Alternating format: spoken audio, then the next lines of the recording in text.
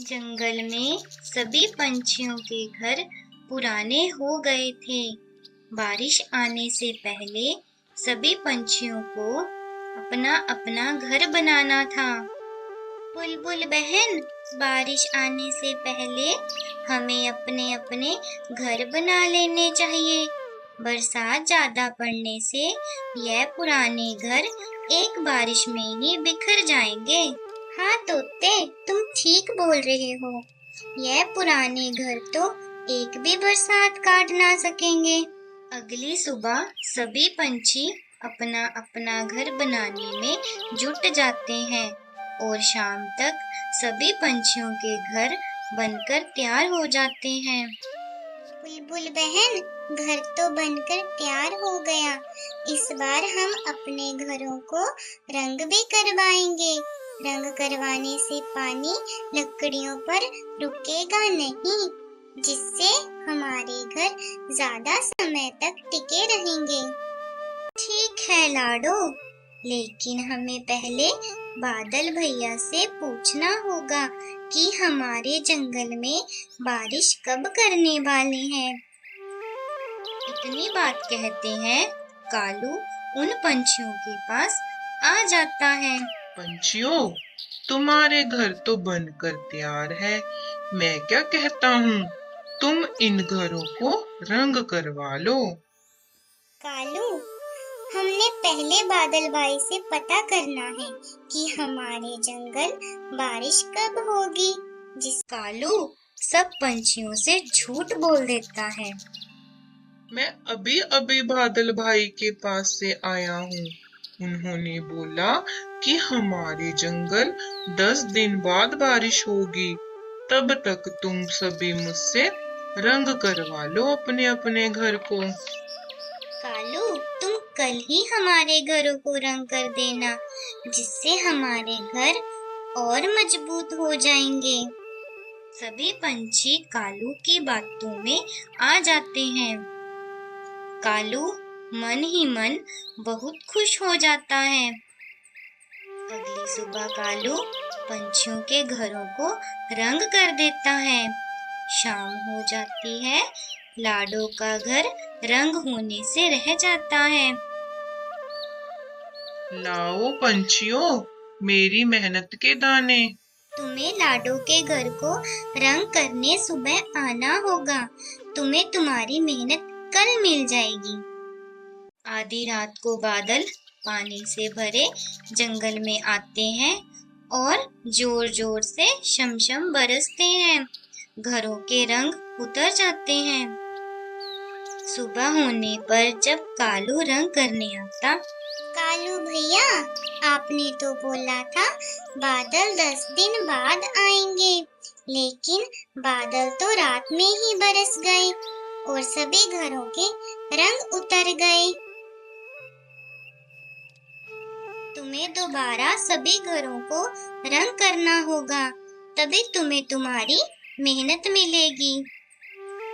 बेचारा कालू लालच के चक्कर में झूठ बोलकर फंस जाता है। कालू को झूठ बोलने की सजा मिल जाती है। एक गांव में एक किसान रहता था। उसका गांव के बाहर एक छोटा सा खेत था। एक बार फसल बोने के कुछ दिनों बाद उसके खेत में चिड़िया ने घोंसला बना लिया था। समय बीतता गया तो चिड़िया ने 2 अंडे भी दिए। उन अंडों से छोटे छोटे बच्चे निकल आए। वे बड़े मजे से उस खेत में अपना जीवन गुजारने लगे। कुछ महीनों बाद फसल पक गया और कटाई का समय आ गया। अब चिड़िया और उसके बच्चों का वह खेत छोड़कर नए स्थान पर जाने का समय आ गया था। एक दिन खेत में चिड़िया के बच्चों ने किसान को यह कहते हुए सुना कि कल मैं फसल की कटाई के लिए पड़ोसी से पूछूंगा और उसे खेत में भेजूंगा।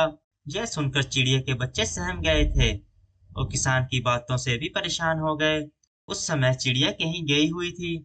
जब वह वापस लौटी तो बच्चों ने उसे किसान की बात बताते हुए कहा, माँ, आज हमारा अंतिम दिन है। रात में हमें दूसरे स्थान के लिए यहाँ से निकलना होगा। चिड़िया ने उत्तर दिया, इतनी जल्दी नहीं बच्चों, मुझे नहीं लगता कि कल खेत में फसल की कटाई होगी। चिड़िया की कही बात साबित हुई। दूसरे दिन किसान का पड़ोसी खेत में नहीं आया और फसल की कटाई ना हो सकी। शाम को किसान खेत में आया और खेत को जैसे तैसे देख बड़बड़ाने लगा कि पड़ोसी तो आया नहीं, ऐसा करता हूँ कल अपने किसी रिश्तेदार को भेजता हूँ। चिड़िया के बच्चों ने फिर से किसान की बात सुन ली और परेशान हो गए। जब चिड़िया को उन्होंने यह बात बताई तो बोली, तुम चिंता ना करो, आज रात हमें जाने की जरूरत नहीं है। मुझे नहीं लगता कि किसान का रिश्तेदार आएगा। ठीक ऐसा ही हुआ और किसान का रिश्तेदार अगले दिन खेत में नहीं पहुंचा। चिड़िया के बच्चे भी हैरान थे कि उनकी माँ की हर बात सही हो रही है। अगली शाम किसान जब खेत में आया तो खेत को वही स्थिति में देख बहुत गुस्से में हुआ। ये लोग तो कहने के बाद भी कटाई के लिए नहीं आते हैं। कल मैं खुद आकर फसल की कटाई शुरू करूंगा। चिड़िया के बच्चों ने किसान की यह बात भी सुन ली। अपनी माँ को जब उन्होंने बताया तो माँ बोली, बच्चों अब समय आ गया है ये खेत छोड़ने का। हम आज रात ही खेत छोड़कर दूसरी जगह जाएंगे। दोनों बच्चे हैरान थे कि इस बार ऐसा क्या हुआ जो माँ खेत छोड़ने को तैयार हुई। तो उन्होंने पूछा तो माँ बोली, बच्चों पिछली 2 बार फसल की कटाई के लिए किसान दूसरों पर निर्भर था, लेकिन इस बार ऐसा नहीं है। इस बार यह जिम्मेदारी अपने कंधों पर ले ली है, इसलिए वह अवश्य आएगा। अब चिड़िया के बच्चे काफी बड़े हो गए थे, उन्होंने उड़ना भी सीख लिया था। फिर उसी रात चिड़िया और उसके बच्चे उस खेत से उड़ गए और कहीं और चले गए। इस तरह खेत की फसल की कटाई से पहले चिड़िया और उसके बच्चे सुरक्षित स्थान पर पहुंच गए थे। इस कहानी से हमें यह शिक्षा मिलती है कि जब तक किसान दूसरों के भरोसे रहा, उसके खेत का काम रुका रहा, लेकिन जब वह दूसरों का भरोसा छोड़कर अपना काम खुद करने का निर्णय लिया तो उसके खेत की चिड़िया भी समझ गई थी अब किसान ने ठान लिया है तो वह अपना काम खुद से कर सकता है। तो चिड़िया ने उस खेत को छोड़ने का निर्णय लिया था, इसलिए हमें अपना काम दूसरों के भरोसे नहीं छोड़ना चाहिए। ये कहानी एक बहुत ही बड़े और खूबसूरत से जंगल की है। इस जंगल में सभी प्रकार के पक्षी रहा करते थे। बग्गो चील ने 2 अंडे दिए थे, जिनमें से एक अंडा टूटकर नन्हा चील बाहर आ गया था। दूसरा अंडा फूटना अभी बाकी था। दूसरे अंडे को देख बग्गो चील सोच रही थी, अरे ओ मेरे नन्हे बच्चे, जल्दी से बाहर आ जा, मैं तेरा काफी दिनों से इंतजार कर रही हूँ। ऐसे ही 2 दिन बीतने के बाद दूसरे अंडे से भी नन्हा चील बाहर आ जाता है। उठ जा मेरे लाल, अब तुम अंडे से बाहर आ गए हो। बग्गो के काफी देर उठाने से भी नन्हा चील आंखें नहीं खोल रहा था। अरे इतने दिन इंतजार करने के बाद मुझे क्या मिला, ये अंधा बच्चा। बग्गो अपने मन ही मन सोचने लगती है, यह अंधा बच्चा मेरे लिए मुसीबत बन जाए, इससे पहले मैं इसे कहीं और छोड़ आती हूँ। इतनी ही देर में बच्चा अपनी माँ से बोलता है, माँ माँ, मुझे भूख लगी है, मुझे कुछ खाने को दो ना। हाँ मेरे बच्चे, मैं तुम्हें जंगल में ले जाती हूँ, तुम्हारा जो दिल करे खा लेना। बग्गो उस बच्चे को जंगल में ले जाती है और उसे वहीं छोड़कर वापस आ जाती है। उसी रास्ते से टूनी चिड़िया और कालू कौवा जा रहे होते हैं और उन्हें वहाँ नन्हा चील दिखाई देता है। नन्हे चील, तुम यहाँ क्या कर रहे हो अकेले? तुम्हारी मम्मा कहाँ है? मुझे नहीं पता, मेरी माँ मुझे यहाँ अकेले छोड़कर चली गई है क्योंकि मुझे दिखाई नहीं देता है। काफी देर आपस में बातें करने के बाद टूनी चिड़िया और कालू कौवा उस बच्चे को अपने जंगल में ले जाते हैं। सभी पंछी इकट्ठे होकर उस नन्हे चील का इलाज उल्लू वैद्य के पास करवा देते हैं। अब उस नन्हे चील को सब दिखाई देना शुरू हो जाता है।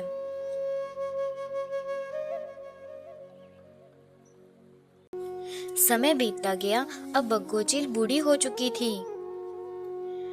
बग्गो चील अपने दूसरे बेटे से कहती है, बेटा, अब मैं बूढ़ी हो गई हूँ। आज से तू मेरे लिए शिकार लाया करेगा। अब मुझसे शिकार पर नहीं जाया जाता है।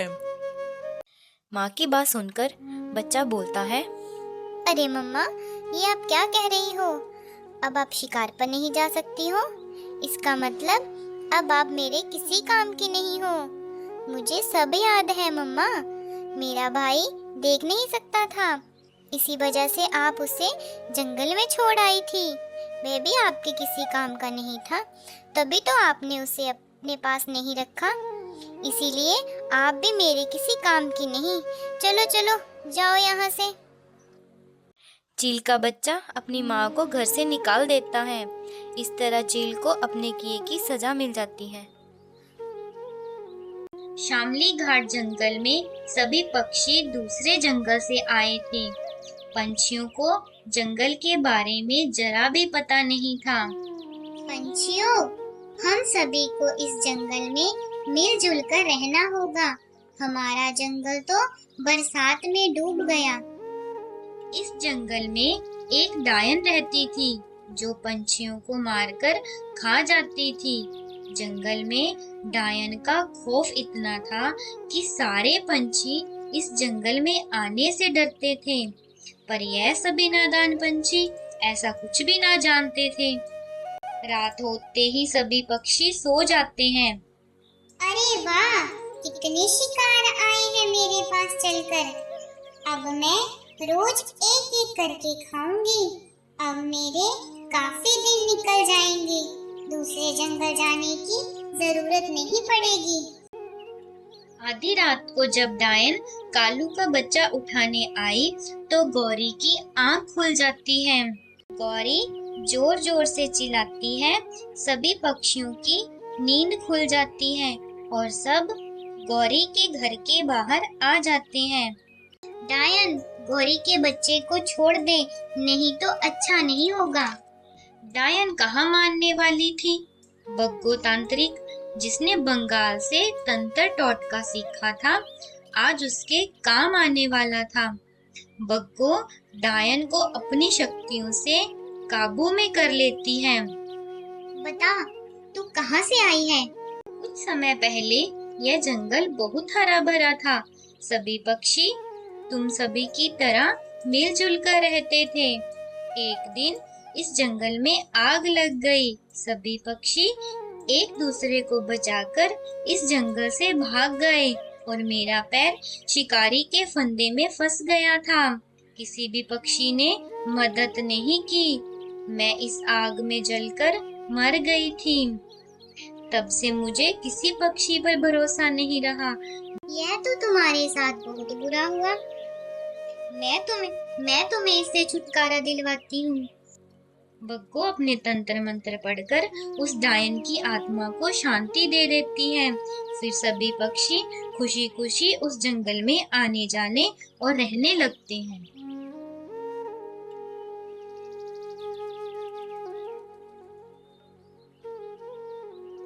गोपीपुर जंगल में टूनी चिड़िया अपने पति मनु चिड़े के साथ रहती थी। दोनों का जीवन बहुत अच्छे से चल रहा था। मनु चिड़ा कालू के खेत में सब्जियों का काम करता था और शाम को घर लौट आता था। एक दिन मनु चिड़ा खेत में काम करते करते लेट हो गया। आज का काम तो खत्म हो गया। कल सुबह आराम से खेत में काम करने आऊंगा। अंधेरा ज्यादा होने के कारण मनु चिड़ा घर की तरफ रवाना हो जाता है। रास्ते में जाते जाते मनु चिड़े को पीछे से आवाज पड़ती है। मनु, ओ मनु। हाँ, कौन है? जैसे ही मनु चिड़ा पीछे मुड़कर देखता है तो उसे चुड़ैल दिखाई देती है। मनु तेजी से उड़कर घर पहुंच जाता है और सारी घटना टूनी चिड़िया को बताता है। आपको पीछे मुड़कर नहीं देखना चाहिए था। अब चुड़ैल आपको अपने साथ ले जाएगी। थोड़ी देर बाद घर का दरवाजा खटकता है।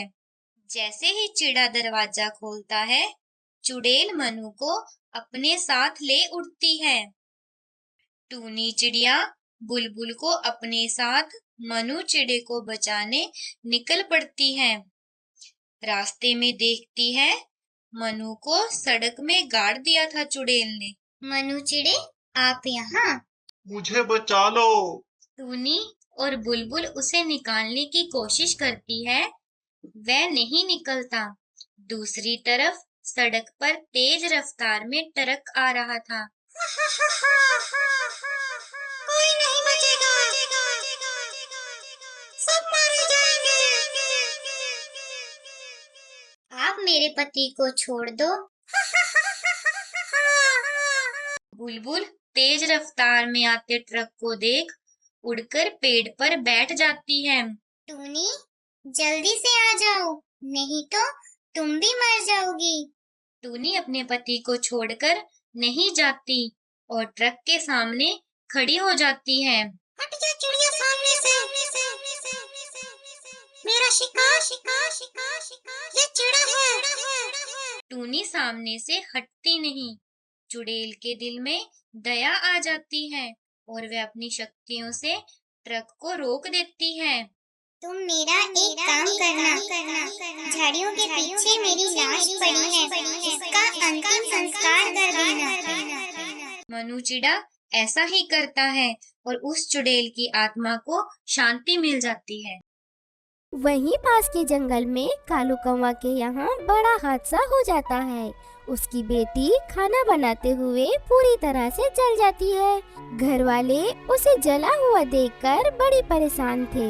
नीम हकीम हर जगह की दवा उसकी करा चुके थे, लेकिन कोई भी उसके चेहरे और हाथों को ठीक नहीं कर पा रहा था। तभी टूना के जंगल का एक पक्षी कालू कौवा के पास किसी काम से जाता है और जब उन्हें उनकी बेटी की परेशानी का पता चलता है। अरे कालू कौवा जी, घबराने की जरूरत नहीं है। हमारे जंगल का टूना ऐसा दवाई देता है, बस एक दो बार ही इस्तेमाल से रोगी पूरी तरह से ठीक हो जाता है।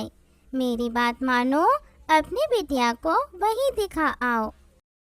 सचमुच में अगर मेरी बेटी को उसकी दवाइयाँ लग गई और मेरी बेटी सही हो गई तो मैं वादा करता हूँ कि मैं उसका घर अनाज से भर दूंगा। फिर क्या सोच रहे हो? चलो जी, हम टूनी को लेकर टूना के पास जाते हैं। टूनी अपने चेहरे को हर समय दुपट्टे से ढक कर रखती थी।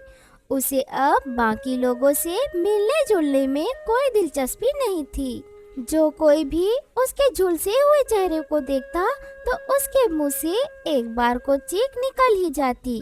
जब टूनी को ये बात पता चलती है तो वो खुश तो होती है, लेकिन वो फिर उदास हो जाती है। माँ, मैं थक गई हूँ। कभी इस डॉक्टर के पास जाओ, कभी उस वैद्य के पास जाओ, लेकिन होता कुछ भी नहीं है। मुझे मेरे हाल पर छोड़ दो, मुझे नहीं जाना कहीं पर भी। बेटा, उस जंगल के पक्षी ने कहा है। उस जंगल के टूना के हाथ में बहुत सफाई है। उसके हाथ की दवाइयाँ पक्षियों को जल्दी ठीक कर देती है। मैं मानती हूँ, हम बहुत जगह घूमे हैं, पर अपनी माँ के कहने पर बस एक बार तू मेरे साथ चल तो सही। फिर अगले दिन टूनी को लेकर टूना के जंगल आ जाते हैं। आइए आइए, बताइए क्या हुआ है? ये मेरी बेटी टूनी है। इसका चेहरा खाना बनाते वक्त जल गया। इसका चेहरा पूरी तरह से सुलझ गया है। बहुत इलाज कराया, कोई फर्क नहीं पड़ा। हमें किसी ने बताया तुम्हारे पास जादुई दवाई है। अगर आप इसी तरह दुपट्टा लपेट कर बैठे रहेंगी तो मैं कैसे देख पाऊंगा कि आपका चेहरा कितना जला हुआ है तथा आपको क्या दवाई देनी है। नहीं, मैं अपना दुपट्टा नहीं निकालूंगी। पिताजी ने बता दिया ना मैं कितनी जली हूँ। जो भी मेरा चेहरा देखता है वो डर जाता है। भला ये क्या बात हुई? तुम अगर डॉक्टर को नहीं दिखाओगी तो वो फिर इलाज कैसे करेगा? टूना उसे बहुत समझाता है और आखिर टूनी अपना दुपट्टा उतार देती है। टूना देखता है कि उसका एक तरफ का चेहरा और हाथ बुरी तरह से जला है। टूना उनको 2 बोतल उठाकर देता है।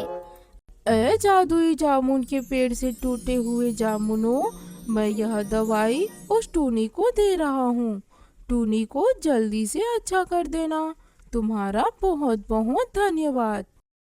टूना उस दवाई को कालू कौवे को दे देता है और 1 हफ्ते बाद आने को कहता है। टूनी जी, आप 1 बोतल और लीजिए और इसे अपनी जली हुई जगह पर लगा देना। देखना, आप जल्दी ठीक हो जाएंगी। और दुपट्टे को हर वक्त लपेटकर मत रखना। टूनी को कोई उम्मीद नहीं थी।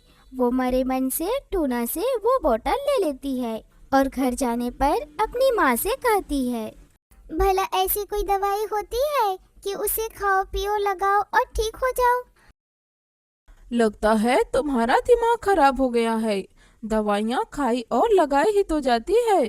तुम एक बार खाकर तो देखो। अगर आराम नहीं पड़ा तो हम नहीं जाएंगे। सच में अगर आराम हो गया तो सोचो तुम कितनी सुंदर दिखोगी। बस माँ, तुम मुझे ऐसे ही ख्वाब दिखाती रहती हो और दवाइयाँ खिलाती रहती हो।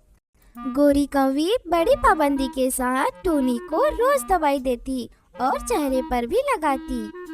3 दिन में टूनी को झुलसे हुए चेहरे ठीक दिखाई देने लगी।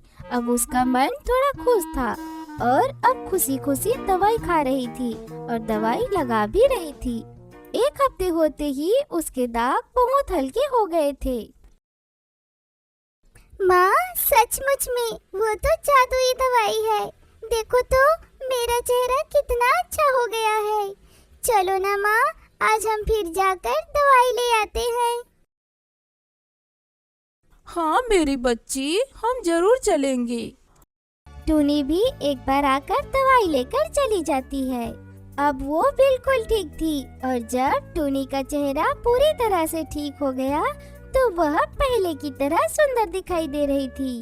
एक दिन कालू कौवा, गोरी कौवी और टूनी टूना को मिलने आते हैं। अरे टूनी जी, अब तो आप बिल्कुल ठीक हो गई हैं और सच में आप बहुत सुंदर भी हैं। बेटा, मैं तो तुम्हारी माँ से मिलने आया हूँ। क्या तुम्हारी माँ से बात हो सकती है? तभी टूना की माँ वहाँ आ जाती है और कालू कौवा उसकी माँ से कहता है, अगर हम चिराग लेकर भी ढूंढे तो हमें टूना जैसा दामाद नहीं मिल सकता। आप हमारी टूनी को अपने घर की बहू बना लो। और ये सुनकर टूना मन ही मन बहुत खुश हो जाता है। और कुछ दिन बाद टूना की शादी टूनी से हो जाती है। जादुई जामुन के पेड़ की वजह से अब टूना का जीवन बहुत ही खुशहाल था।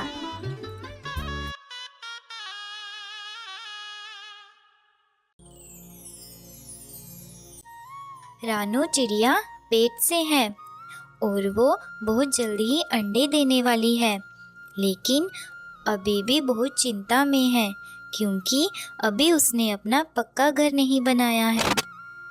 मुझे जल्दी से अपना पक्का घर बना लेना चाहिए।